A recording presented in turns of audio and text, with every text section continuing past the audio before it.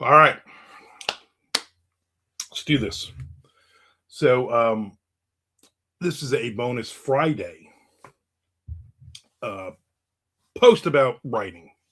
For me, this is about writing. How I people watch for writing. So, if you've ever gone into my YouTube live, Monday, Wednesday, Friday, mostly Tuesdays and Thursdays as well now, from noon Eastern Standard Time till about 2 p.m. Eastern Standard Time. A lot of my, like right now, literally outside is the woman who walks. She's wearing a sports bra, tight, super tight shorts, and she's out here walking like for like an hour a day. Just walking by like nothing else is happening. Good for every day. I don't know if she's retired. I don't know if she works at night, whatever. But anyway, I people watch. Her husband also is out there walking around. There's people that come to my little free libraries. I have two little free libraries, one for the kids, a bench, and one for the adults. And I get people all day come and hang out and pull books, drop books, whatever. So I'm constantly watching people. The funny part is, growing up, my Mima, my dad's mother, she would sit in the front window of her house. Okay, a lot of times she would fall asleep in that chair. She had her little TV, and she would just basically be watching the block. And she lived in Newark, New Jersey, on a very busy street. So there was constantly cars, constantly people, constantly things going on. I remember there was a limousine service on the next corner, and she would watch, and she would always be like, "Well, they're taking that white limo out again." And my dad would always make fun of her. "Mock, get away from the window. Stop bothering people." My dad retired at 50. My dad worked for the phone company, and right out of Vietnam, basically like the week out of Vietnam, and for 30 years he worked for the phone company. He retired, and then literally he sat in the chair near the window for the next 25 years. And no matter if we were still in New Jersey or when we all moved to Florida, and he would literally, at when my kids were little, he would say, "Caitlin, move the shade," and they knew. And he would move the slat in the shade a little bit so he could see the street. And we would make fun of him all the time. "Dad, what are you doing? You're Mima. You're watching people outside." And now at 56, for the last 5 or 6 years, I do the same thing. Originally, when I moved into this house, my wife had this house built before we met. It was actually being built when had first started dating. Originally, I was in a back room, and I did not like that. I couldn't. There's nobody out there. Is there a squirrel? I didn't like that. So she was like, "You know what? The front room was going to be my office. Doesn't have a door, but I don't want it. I'm not going to work from home. So let's move you up front." I'm up front now. I watch a good portion of my feed is window looks. What's going on outside? So I don't know if that helps with my writing. I think that gets me away from my writing. What helps me with my writing is, so I've been doing this for 15 years. Okay, full time, and a lot of times, most of the week I'm home. As I'm recording this, my wife has just gone to her mother's for the next uh, 4 days. I had to count. I had to count my fingers like a little kid. The next 4 days, I will talk to my wife, but my wife will be gone. So I will probably not leave the house. I might leave the house one day to go see my mom, but otherwise, I'm probably just going to be at home. And I was going to say stuck at home, but it's my choice. So that's kind of the deal with me. I stay in, and then my wife, after say like, I don't know, 3 days, 4 days, she'll come home, and I'll be in a mood. The depression all of it, depression, all of it. And she's like, "Put some pants on. We're going to dinner." Or a lot of times we're going for a ride, and we'll just go and we'll just drive near the water. My therapist, before he passed away, always said to me, go near water. That seems to be somewhere that you really like. I Listen, I don't go in the ocean. I'm not going to go into a river. I saw Jaws when I was like 6 years old. I'm not. I'm not going in the ocean or a river. I'm not going anywhere. But I like being near it. I like the water. I like the sounds, all that. Whenever we go on vacation, if we're anywhere near water, I always like to go and sit. We go to Apalachicola. We've gone a few times just to get away, and we get it's a tiny house right on the bay in Apalachicola, and I get out there with my cup of coffee, and for hours I just sit there and I just a blank. I love the water. So I got to get out of the house every now and then, and a lot of times it involves food. I don't know if you notice this. I'm kind of a big guy, and so my wife's like, let's go for Mexican, let's go for whatever. So we'll go, and I'm always listening to all the other conversations. My wife does the same thing. We're both people watchers. So anytime we go anywhere, I'm like, I just want to sit in the back of the room and I just want to watch. And a lot of that is I get story ideas, snippets of conversation, people.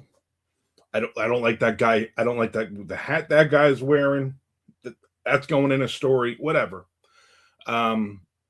Probably the best one I remember, and I've told this story before. I don't think I've told it on any of these writing ones. Is years ago, my son was in high school, and we had moved. I had broken up with a woman that I was living with, me and my son, and we moved back to my parents. But I didn't want to take him out of the high school he was in, which was about a half an hour away. And I was full-time. I just started full-time writing at that point. So I would drop him off at high school and then in Palm Coast, and then I would go to Flagler Beach to a place called Kokomo's Cafe. I wrote a book about it. I wrote a 7-book series about Flagler Beach. And they're just really character stories. And so I would sit there every morning and I would have my cup of coffee or several cups of coffee. Mark, the owner, him and his wife, Tina, were the owners, and he would make a sandwich called the Cowabunga, which was freaking delicious, which is probably why I'm part of why I'm so fat. And I would listen to the conversations. It didn't bother me that there were people in the cafe coming and going. It didn't matter that people were having conversations. If you talked directly to me, then that broke my concentration. But otherwise, I mean, there was a day I wrote, I think, 18,000 words to get one of those movie books finished. Like in one day, just sat, but it's write. And so I love that place. I wish it was still around. If it was still around, I'd probably still be going there once a week. And one time I'm sitting there, and I would always have the corner, and Tina would always put a reserve sign on it, which I thought was awesome. And I would say, like, listen, I'm not going to be here tomorrow, so don't reserve the table. But otherwise, the table was reserved for me, which was awesome. And I would listen to conversations. And right next to me was like a what they call a two-top. Two people. And it was a man and a woman, and they had to be like in their, I'm thinking late 60s, maybe.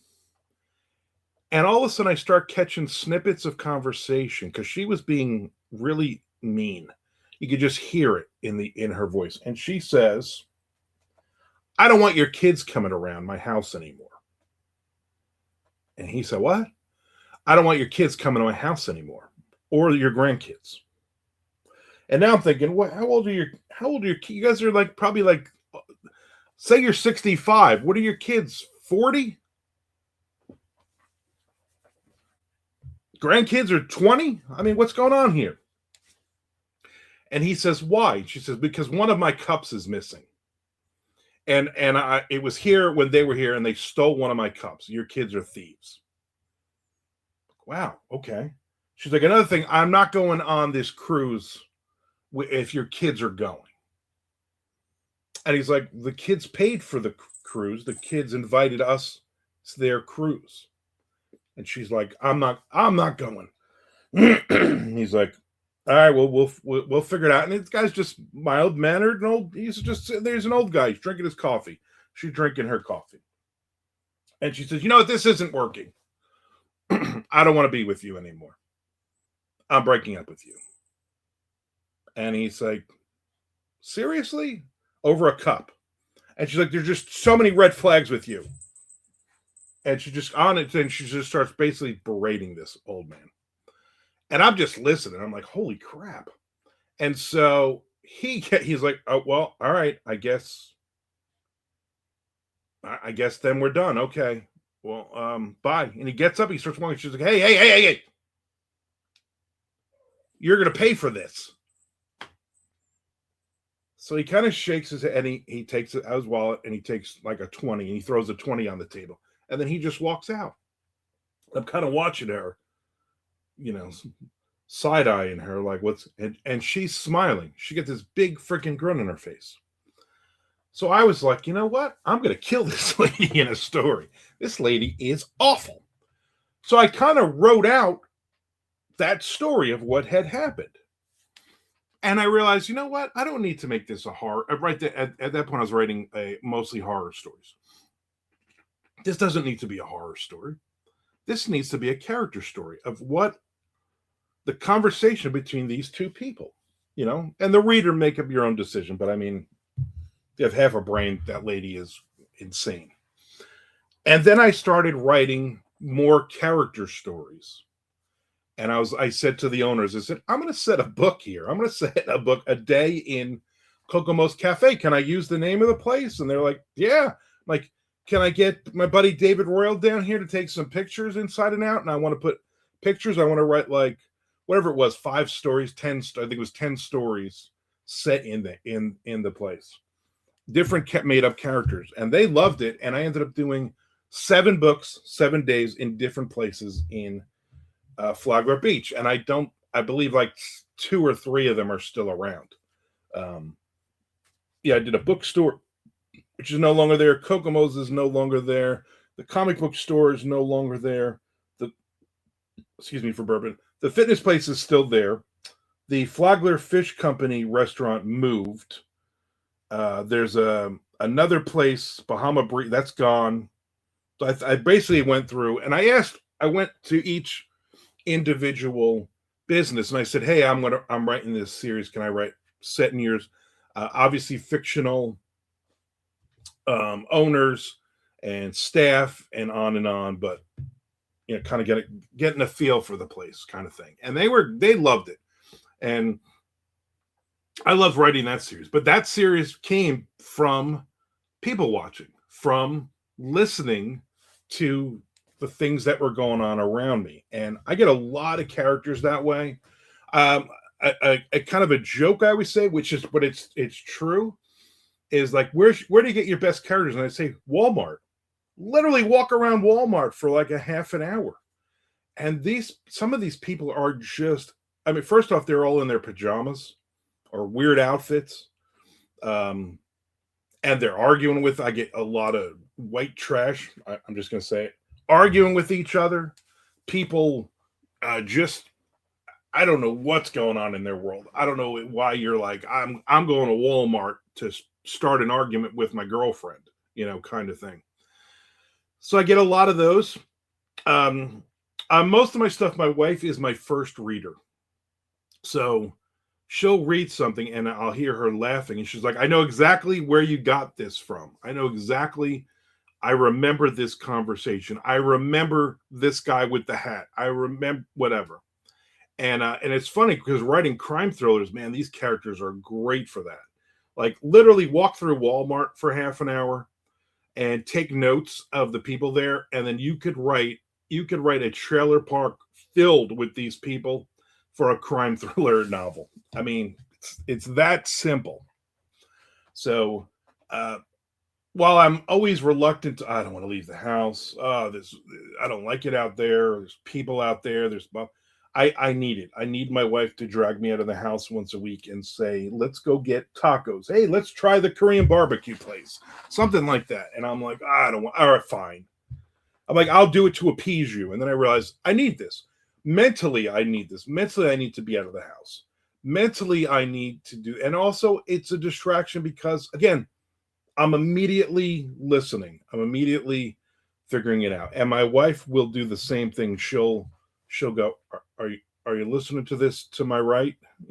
Like that kind of thing. And I'm like, what are they talking about? And she kind of fills me in on the conversation, and then we both listen. and it's funny that we make our own comments, our own asides, while these people are having their conversation. I remember we went to a Jacksonville Jumbo Shrimp game. We were season ticket holders. I was the Booster Club president for a year or so, and they changed the name from the Jacksonville Suns to the Jacksonville Jumbo Shrimp. And the idea it was the Jumbo Shrimp because we're in Jacksonville, we're in Florida, obviously. Seafood is a big thing here, fresh seafood, and Jumbo Shrimp is the oxymoron, which they like because it's a big. Jacksonville is the biggest landmass city in the contiguous 48, the lower 48. But we also have a very small town feel. It's like little pockets of other towns kind of thing.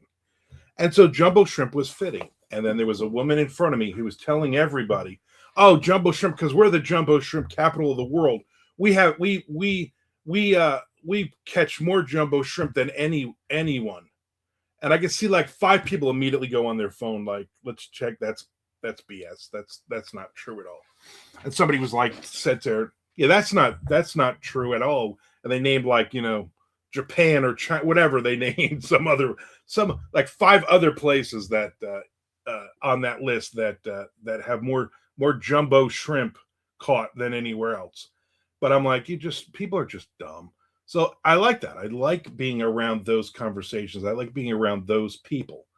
And we're going through and I'm listening, and then all that is all those mental notes, and then it might not be the next day, it might not be a month from now, it might be a year from now, and all of a sudden I remember a conversation. I'm writing, and I'm like, I need to create a person. Oh, what about that woman that had her gap in her teeth was like this big? I'm like, it was like she was, at first I thought she was missing her front 2 teeth, but they were just so pushed aside, and her gums looked really red, and I couldn't stop staring at her. And I would never, obviously, I'm not going to say something to the person, but it's those things, those characteristics you remember of people. And I'm like, you know what? That's what this story needs. That story needs somebody who looks like that.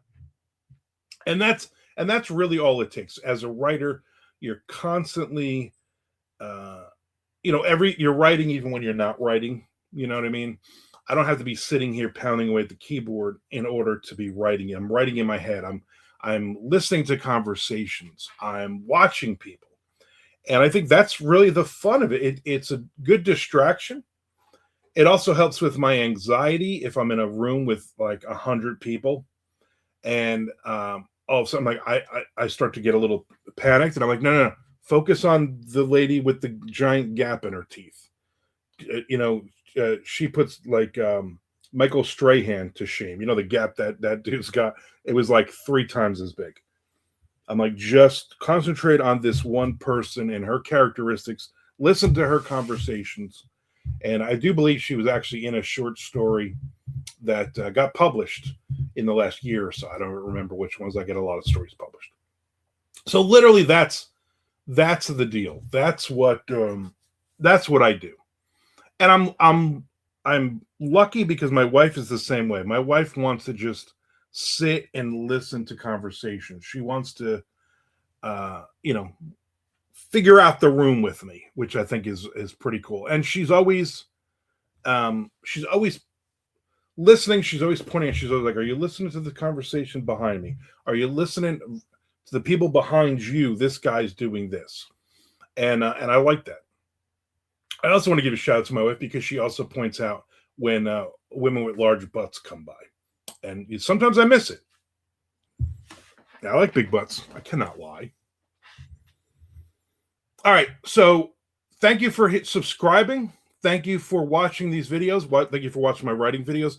Wednesdays and Sundays are writing videos, but I'm also doing some Fridays. We're pushing this to monetization and to more subscribers. So every little bit helps. Every video you watch helps.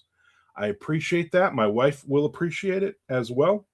Maybe I'll see you out there sitting behind me in a Mexican restaurant or a Chinese restaurant, and I can listen in on your conversation. So have some good conversations, please, please. That's it. Thank you. All right.